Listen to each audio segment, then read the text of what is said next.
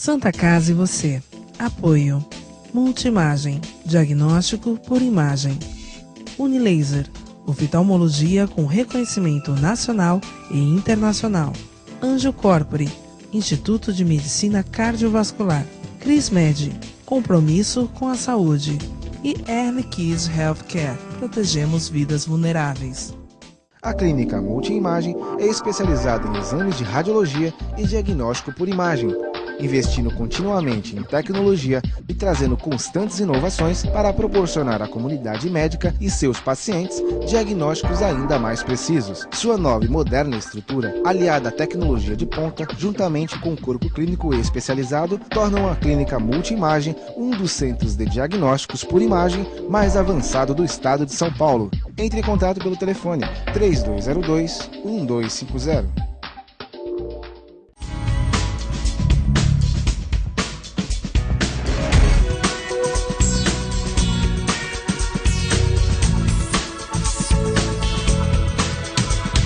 Unilaser, um centro de referência único que, concentrando recursos tecnológicos e a capacitação técnica de seus médicos, pode diagnosticar e tratar as doenças da visão, aplicando uma oftalmologia de ponta com reconhecimento nacional e internacional.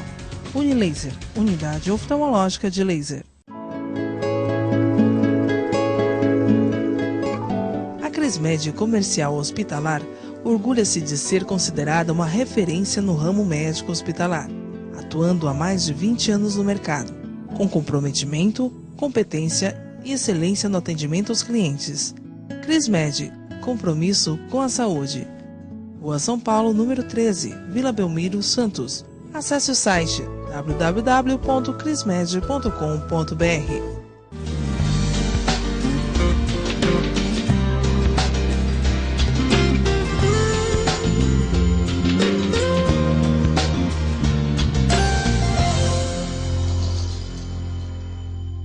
Boa noite, telespectador. Boa noite, telespectadora. Está no ar mais um Santa Casa e você. Informação saudável na sua telinha. Hoje nós vamos conversar sobre uma doença, ou sobre as doenças que afetam o nosso sistema intestinal. Para isso, eu recebo hoje aqui a médica proctologista, a doutora Kátia Guenaga. Boa noite, doutora. Boa noite. Tudo bem? Muito obrigada pelo convite, mais uma vez. Eu que agradeço a sua presença. Doutora, quais são as doenças que mais afetam o nosso sistema intestinal, por favor? E é importante que a senhora explique, porque muita gente dá muita atenção, não que elas não sejam importantes, mas a doença cardiovascular, a diabetes, a hipertensão, mas é importante que a senhora fale também da importância da prevenção, também em relação às doenças intestinais. Hoje tem aumentado bastante a incidência no Brasil das doenças inflamatórias intestinais, que são as verdadeiras colites, né? São aquelas doenças que são autoimunes, ainda não se tem definitivamente o porquê delas acontecerem, mas, a grosso modo, de um certo momento, o organismo passa a não acreditar mais que aquele intestino faça parte dele, né? E começa, então, a criar um processo de combate às células intestinais, e aí, assim, o processo inflamatório. A doença de Crohn e a retocolite ulcerativa são as doenças inflamatórias intestinais. E elas cursam com dor abdominal, diarreia, elas são, às vezes, por vezes, insidiosas, às vezes elas simulam um câncer de intestino, às vezes simulam uma colite, uma gastroenterite, uma infecção alimentar, mas elas se estendem, né? A tendência é a progressão da doença, levando até, às vezes, a situações de mutilação. O paciente, às vezes, tem que ser submetido à cirurgia de urgência, com a ressecção do intestino, e às vezes aquela bolsinha, uma colostomia, uma ileostomia, ou temporária, ou definitiva. Então, essas doenças, elas chegam a mascarar podem ser outras doenças, elas se travestem de outros sintomas, como a senhora explicou. Então a pessoa pensa que comeu alguma coisa um pouco diferente, por isso que deu aquela dor vai e volta, não é uma dor intensa. Quais são os sintomas, até para as pessoas perceberem e identificarem? Normalmente essas gastroenterites, essas colites infecciosas ou bacterianas, né, que são muitas vezes derivadas da ingesta de alimentos contaminados, elas têm um tempo de vida, vamos dizer assim, né? Ela tem o começo, o meio e o fim, né? Por mais que o paciente não trate, ela vai só se estender, mas ela vai chegar em um momento em que ela realmente vai acabar. Consideramos como uma diarreia aguda até 40 dias de diarreia, né? A doença inflamatória intestinal, não, ela começa com uma diarreia, melhora um pouco, uma dor abdominal, incólica. Ela tem algumas, por exemplo, principalmente a doença de Crohn, ela não se manifesta só no intestino, ela também tem um comprometimento articular. Então, muitas vezes a pessoa tem dor nas juntas, né? Em todas as juntas? Na maior parte delas, né? Muitas vezes tem uma febre baixa, um mal-estar, né? E isso cursando sempre com uma dor abdominal, a maioria das vezes inespecífica. Essas doenças inflamatórias, elas vêm, vamos dizer assim, junto com a evolução do país. Elas são doenças mais típicas nos países evoluídos, Estados Unidos, Europa, né? Por causa dos alimentos, da manipulação dos alimentos, da industrialização dos alimentos? Então, não necessariamente, não se sabe até que ponto esses alimentos podem influenciar, porque muitas vezes, e a maioria das vezes, os pacientes acometidos são adultos jovens. Então, às vezes 18 anos, 17 anos, e depois ela vai até os 30, mais ou menos, tem uma parada na incidência, e aí depois dos 60 já se tem descritos casos também de pacientes com doença inflamatória intestinal. Então, provavelmente os alimentos devem ter alguma piora, né? Mas não necessariamente desencadeiam a doença. Não, são eles os responsáveis pelo desencadeamento Justamente, da doença. diferente do câncer de cólon, que a gente sabe que os alimentos têm um fator importante para desencadear isso, e isso é ao longo da vida, sendo esse câncer depois dos 50 anos e não antes, né? Então, na doença inflamatória intestinal, os alimentos só podem piorar. Então, quando a pessoa já tem o diagnóstico, ela já é portadora de uma doença inflamatória, às vezes um alimento um pouco mais gorduroso, um pouco mais condimentado, derivado de leite, alguma coisa dessa forma, pode influenciar e piorar um quadro, né? Exacerbar um quadro agudo. Vamos voltar um pouquinho, doutora? Explica pra gente, para o nosso telespectador, principalmente, qual a função do intestino. Nós temos o intestino grosso e o intestino delgado. Isso. Então, se a senhora pudesse fazer uma rápida explanação, até para o nosso telespectador entender a importância desses dois órgãos, posso dizer que são órgãos no nosso corpo. Eles fazem parte do sistema digestório, né? Então, desde a boca até o ânus, tudo o que se encontra nesse meio do caminho é o sistema digestório. O intestino delgado, ele tem uma necessidade maior, vamos dizer assim, ao organismo, porque efetivamente é onde é absorvido todos os nutrientes, vitaminas, ao longo de todo o intestino delgado, desde o duodeno até o íleo, essa absorção é feita. As proteínas, as vitaminas, tudo é absorvido nesse segmento. O cólon, ele tem o principal aspecto dele é a absorção de água, que pode ser suprida, por exemplo, tem pacientes que às vezes têm que fazer uma colectomia total, a retirada de todo o cólon, e essa absorção de água consegue ser suprida pelo intestino delgado. Diferente de pacientes que por motivos quaisquer, ou trauma abdominal, ou às vezes uma isquemia, uma deficiência de uma trombose mesmo, às vezes da artéria que irriga o intestino delgado, que tem que se fazer uma grande ressecção desse segmento, o cólon não consegue suprir essa necessidade, nem o estômago, nem nenhum outro órgão do aparelho digestório. Então, no intestino delgado é que efetivamente é a maior absorção. Então, temos o intestino delgado, então, o mais importante. Isso, mas não podemos viver sem ele, por exemplo. Isso. Com um pequeno segmento até conseguimos, principalmente no segmento mais para o final. Então, a parte do íleo, que é o final, que é o que se junta ao cólon. Na porção mais inicial, próxima ao estômago, ali é mais difícil, que é onde efetivamente são absorvidos os nutrientes. Tanto é que, um exemplo, pessoas que fazem uma cirurgia bariátrica, por exemplo, para redução de peso, elas têm um tipo de cirurgia que tem um desvio e tira o trânsito intestinal, o trânsito do trato digestório daquele segmento do intestino delgado. Então ela precisa repor vitaminas, né? Ela precisa repor algumas substâncias que ali, como não está no trânsito, não tem absorção. Santa Casa e você vai fazer um rápido intervalo, nós voltamos em instantes.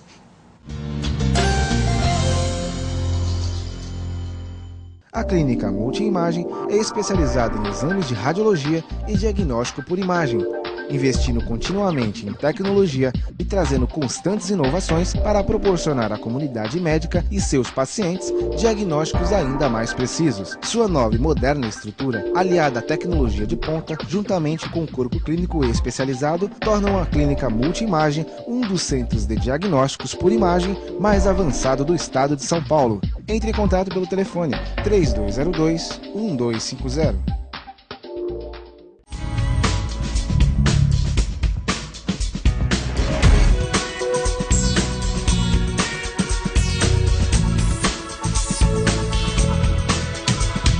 Unilaser, um centro de referência único que, concentrando recursos tecnológicos e a capacitação técnica de seus médicos, pode diagnosticar e tratar as doenças da visão, aplicando uma oftalmologia de ponta com reconhecimento nacional e internacional.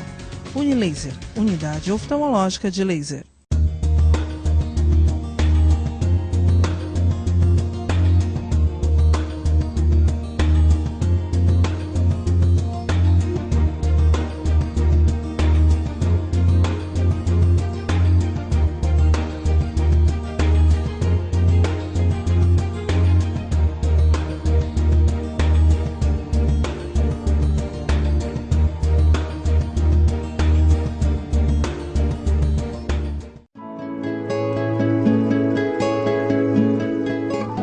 Crismed Comercial Hospitalar orgulha-se de ser considerada uma referência no ramo médico hospitalar, atuando há mais de 20 anos no mercado, com comprometimento, competência e excelência no atendimento aos clientes. Crismed, compromisso com a saúde. Rua São Paulo, número 13, Vila Belmiro, Santos. Acesse o site www.crismed.com.br. A vida é vulnerável. Por isso protegemos uns aos outros. Proteger é nosso instinto. A vida precisa de cuidados. Cuidados que começam na infância. Alguém para compreender suas necessidades. Para te apoiar mesmo quando o desafio é grande. Todos precisamos de auxílio em algum momento. Alguém para trazer conforto e demonstrar comprometimento com você a qualquer hora ou lugar. Air Liquide Healthcare. Protegemos vidas vulneráveis. Ao verem uma criança pobre e doente, todos querem cuidar dela. Mas você sabe como? O Saúde Criança sabe. Cuida da saúde e do remédio da criança. E também da educação, do emprego dos pais, dos documentos da família, da condição da casa. E cuidando disso tudo, cuida de verdade da saúde da criança. Em 21 anos, o Saúde Criança já cuidou de 43 mil pessoas. E com sua ajuda, pode cuidar de muito mais. saudecriança.org.br. Conheça, ajude. Se você quer algo diferente e está por dentro de tudo que acontece em sua cidade, mande dicas, sugestões de pauta pela nossa fanpage, facebook.com/tvcom.santos. Interaja com a programação da sua TV Com. TV Com, interagindo com você.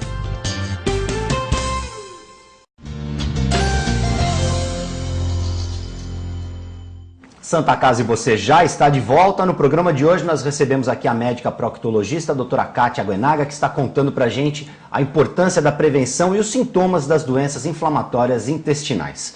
Doutora Kátia, vamos falar de uma outra doença que incomoda muita gente, que são as doenças hemorroidais. Falei corretamente? Doença hemorroidária. Doença hemorroidária. A famosa hemorroida. quais os tipos de hemorroida, se existem, se existe uma classificação e quais os tipos de doença e quando que elas se manifestam? Então, existem tipos, sim, baseados na posição anatômica. Hemorroida todos nós temos, né? São as veias do reto baixo e as veias ao redor do ânus que fazem a drenagem do sangue dessa região para dentro do abdômen.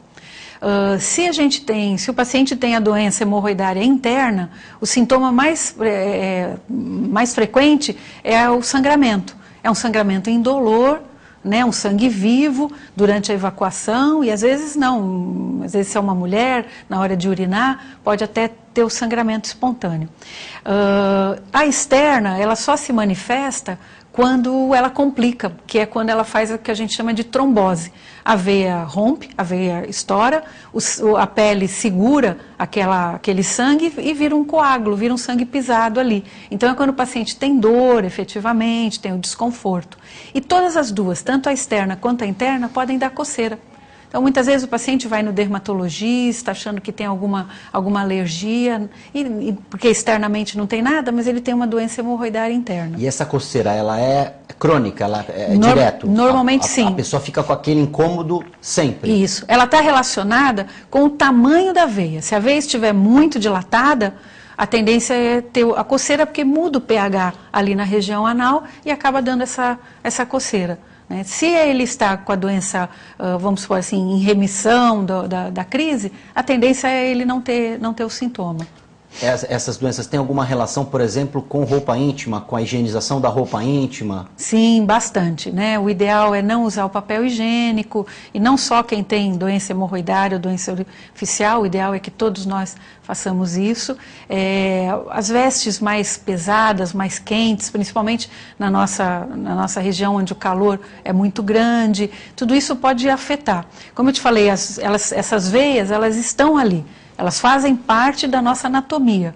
A pessoa que tem a doença hemorroidária, ela tem essa veia um pouquinho mais fraca. A musculatura que prende a veia, tanto na região do ânus quanto no canal anal, ela é um pouquinho mais fraca. Então, qualquer coisa desencadeia, a crise aguda desencadeia a dilatação dessa veia. Se ela dilatar, o paciente vai ter os sintomas. E quais são os casos que se recomenda a cirurgia? Quando o paciente quer. Guto, que nem é uma decisão única e exclusivamente do paciente. Que nem estávamos conversando, a vida inteira que eu, nesses anos todos de profissão, toda vez que eu chego para o paciente e falo assim, vamos operar, é um pós-operatório terrível, terrível. Quando a gente indica, né, quando o paciente chega e fala assim, pelo amor de Deus, eu quero operar, é muito melhor, porque ele já sofreu, ele já viu que realmente a cirurgia é o tratamento, vamos dizer assim, o padrão ouro para tratar a doença hemorroidária. E hoje existem alguns outros métodos, né? Mas a cirurgia convencional, que é desde 1936, 2 cirurgiões na Inglaterra que criaram essa técnica, que é aquela que dói muito, que incomoda, é a melhor técnica. Porque a chance da doença voltar é muito menor. Hoje, não é que a técnica melhorou, a técnica, como eu te falei, é a mesma. Só que o que melhorou é a condição de analgesia. Hoje o paciente tem remédios para dor muito bons. Hoje na cirurgia, eles fazem um bloqueio, uma raquianestesia, que o paciente tem 24 horas sem dor, que é justamente aquele período logo depois, o primeiro dia, primeiro momento, que é a dor mais constante.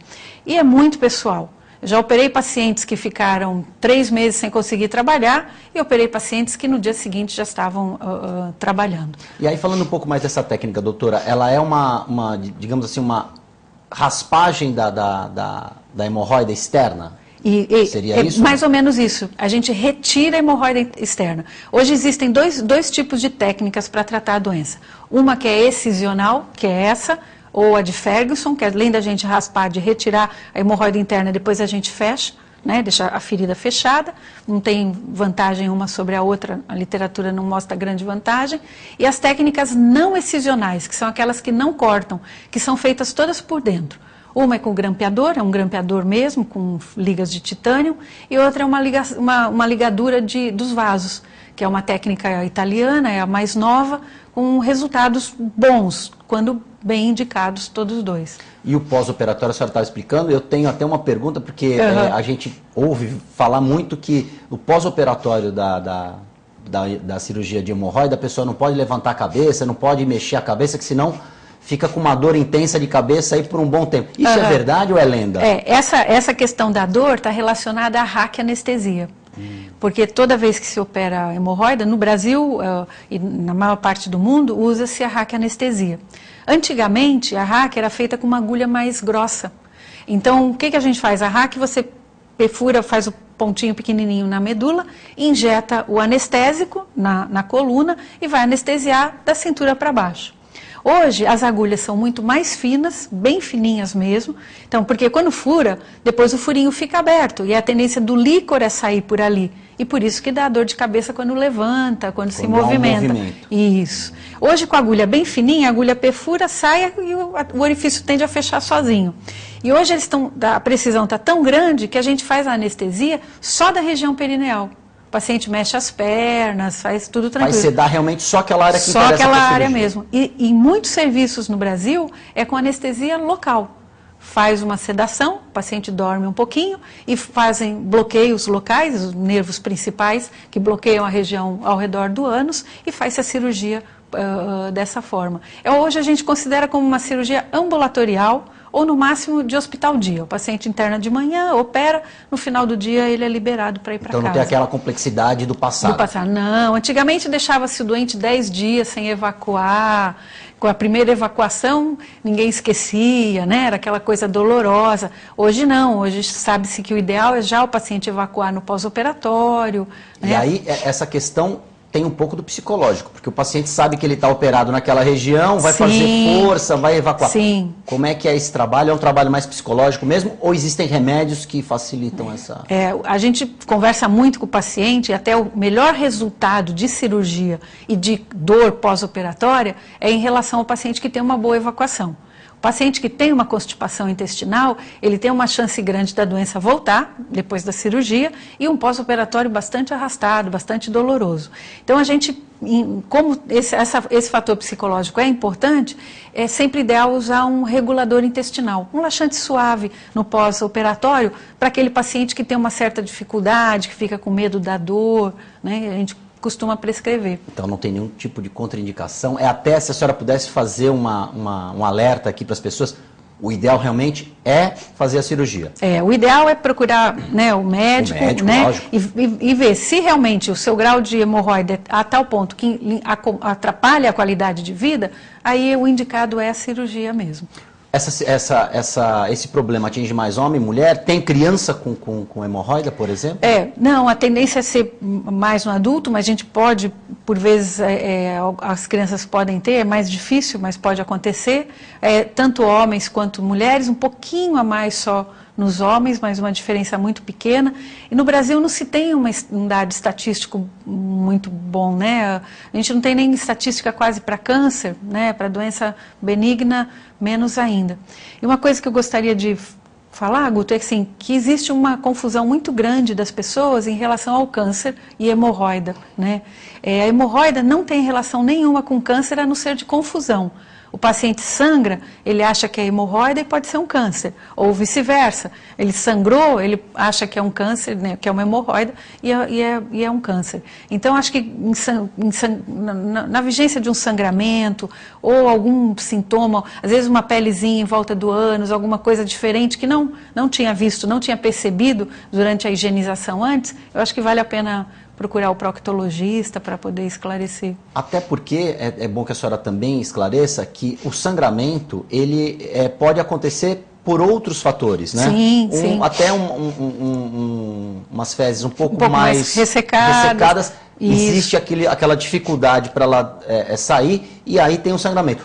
O que as pessoas devem observar? Existe algum tipo de diferença para as pessoas ficarem atentas em relação a isso? Se a coisa continuar. Se for frequente. Toda vez que for evacuar, independentemente da consistência, da textura, sai aquele sangue vivo. Isso. Essa das fezes mais ressecadas, às vezes só o início das fezes são ressecadas, o restante é normal, mas machuca e faz uma fissura anal. Essa fissura, ela dói. 1,5 centímetro, 1 centímetro para fora do canal anal, nós temos terminação nervosa para dor. Para cima, não. Então, essa fissura, ela vai doer. Então, além do sangramento, o paciente vai ter dor. vai ter aquele desconforto e fica alguns dias lembrando daquela região, porque fica incomodando, independente da evacuação ter melhorado ou não, né? A doença hemorroidária interna, quando tem o sangramento, o paciente não vai ter dor, não tem desconforto, né? E realmente ele persiste, ele acaba persistindo e nesse tempo a coceira já costuma acompanhar. E aí a recomendação é que a pessoa faça a higienização com uma ducha higiênica. Isso. Evite ao máximo o atrito do papel. Do papel, isso. Por mais caro que seja o papel, por melhor que seja, o ideal é sempre lavar. Por né? mais Sempre... bonita que seja a propaganda do mordomo levando Isso, aquele lá. mordomo bonito, né? É propaganda. O ideal realmente é fazer a higienização com água quente, água fria. Como a pessoa preferir, né? Então, depois da evacuação, o ideal é lavar. Para quem não tem uma ducha higiênica, o ideal é depois que for ao banheiro, tomar um banho. Tomar um banho, direto ao banheiro, né? Procurar coordenar o horário da evacuação com o banho. Hoje em dia tem algumas duchinhas que saem do próprio chuveiro, né? Hoje em dia tem algumas coisas que facilitam. Uma pergunta, porque nós estamos chegando no final, mas ainda temos que dar os sites aqui. O que é lenda em relação a essa higienização?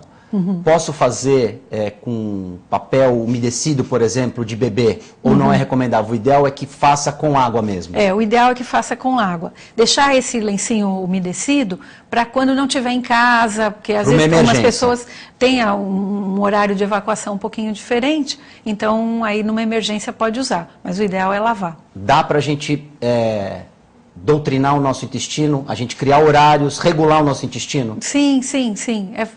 De manhã cedo a gente tem o melhor horário para evacuação, né? Então eu sempre falo para o paciente, acorda um pouquinho mais cedo, toma o seu café, faz alguma coisa em casa, você tem os dois reflexos, o da alimentação e o de que acabou de levantar. Perfeito. Doutora, a senhora deixou aqui alguns sites, a gente vai colocar aqui na nossa tela. Esses sites, eles são interessantes para as pessoas fazerem algum tipo de consulta, tirar alguma dúvida? Câncer coloretal, doença inflamatória intestinal, uns sites muito interessantes são da Sociedade Brasileira de Coloproctologia. Nós temos aqui o ABCD, abcd.org.br, movimento vaipurmim.com.br, abrapreci.org.br, com www antes, portal da coloproctologia.com.br. Doutora, infelizmente o nosso tempo acabou, mas com certeza a senhora voltará mais vezes aqui, porque obrigada, Guto, os assuntos são muito importantes, principalmente para alertar as pessoas em relação à prevenção. Muito Doutora, obrigada. Muito obrigado. Eu que agradeço, mais uma vez, muito obrigada. A gente agradece a audiência. Santa Casa e você volta na próxima edição.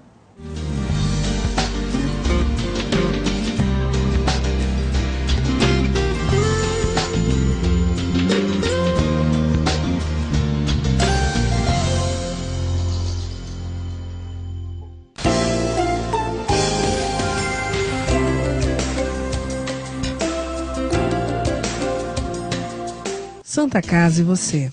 Apoio. Multimagem. Diagnóstico por imagem. Unilaser. Oftalmologia com reconhecimento nacional e internacional. Anjo Corpore. Instituto de Medicina Cardiovascular. CrisMed. Compromisso com a saúde. E Early Kids Healthcare. Protegemos vidas vulneráveis.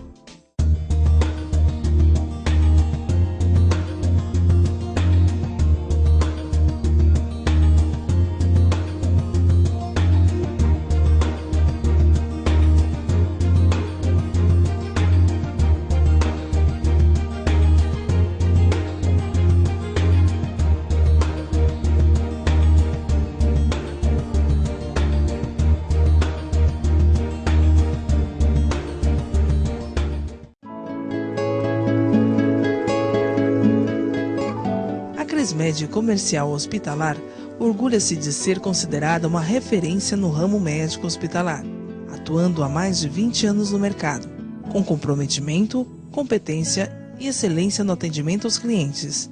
CrisMed, compromisso com a saúde. Rua São Paulo, número 13, Vila Belmiro, Santos. Acesse o site www.crismed.com.br.